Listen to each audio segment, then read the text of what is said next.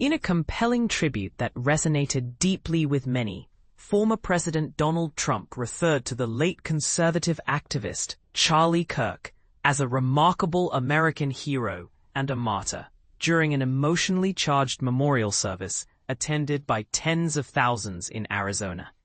Taking center stage at this crowded event on a Sunday, Trump, standing alongside prominent members of his administration, including Vice President J.D. Vance, celebrated Kirk's lasting political contributions following his tragic death due to a shooting on September 10th. He was assassinated for living life with bravery, boldness, and remarkable insight, Trump declared to the gathering at the State Farm Stadium just outside Phoenix. A poignant moment of the service came from Kirk's widow, Erica, who emotionally expressed her forgiveness for the individual accused of killing her husband.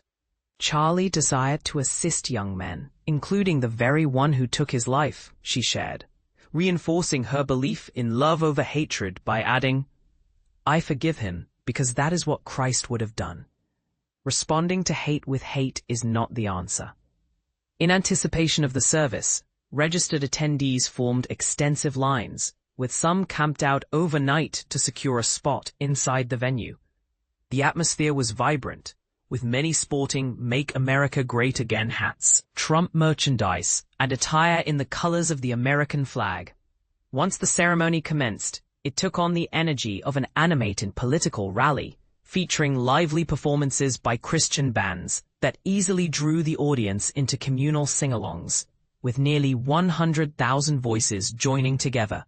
Speakers at the event included not only influential figures from Turning Point USA, Kirk's own organization promoting conservative ideals on college campuses, but also prominent personalities from the broader conservative sphere and others who credited Kirk with influencing their beliefs and aspirations.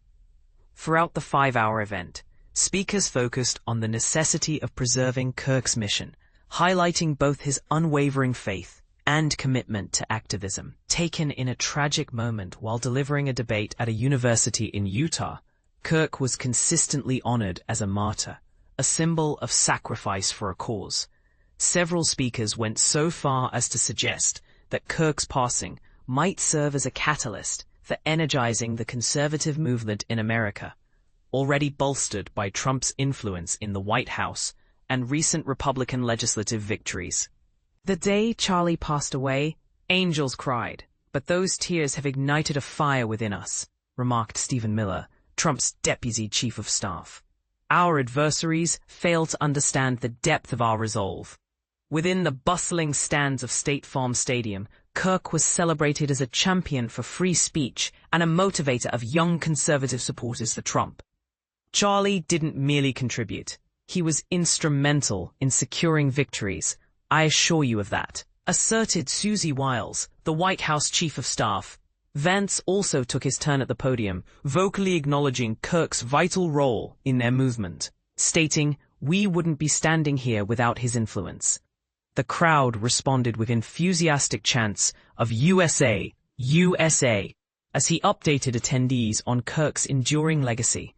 "We'll carry that torch from here." Alongside other pivotal figures from the Trump administration, Vance was joined on stage by notable politicians like Secretary of State Marco Rubio and Secretary of War Pete Hegseth, all sharing poignant reflections on Kirk's impact. Returning to the stage, Erica Kirk shared the agony of her personal loss, her voice breaking as she recounted the depth of her feelings surrounding her husband's death.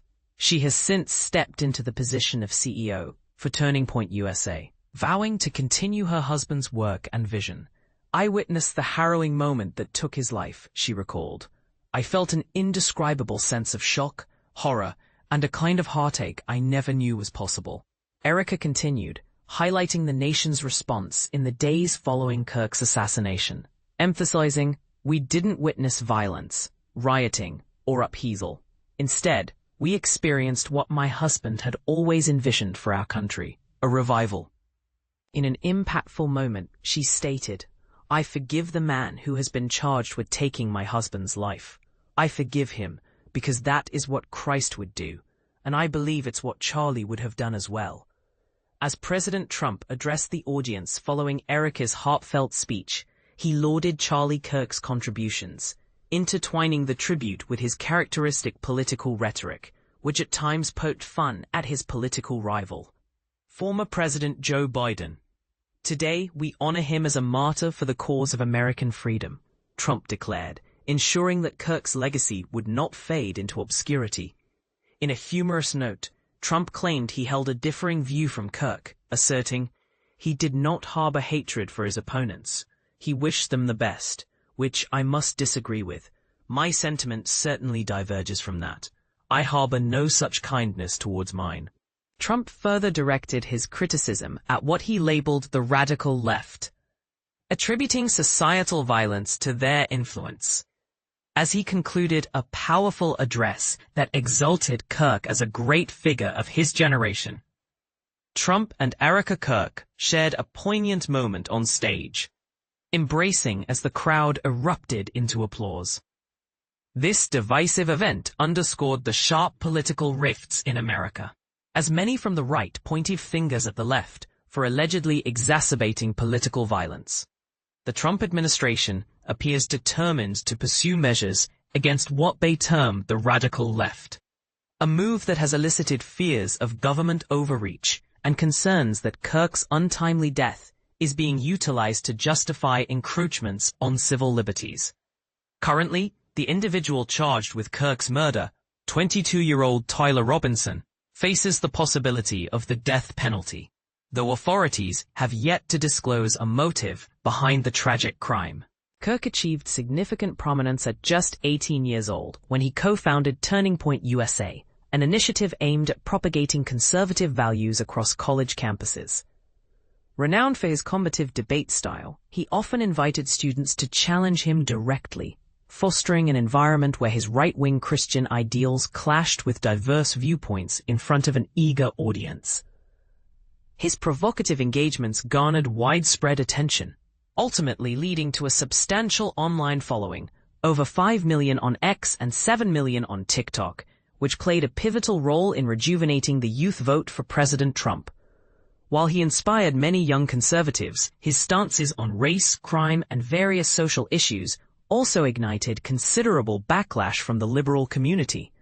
A staunch advocate of gun rights, he opposed abortion vehemently, critiqued transgender rights, and often propagated misinformation regarding the COVID-19 pandemic.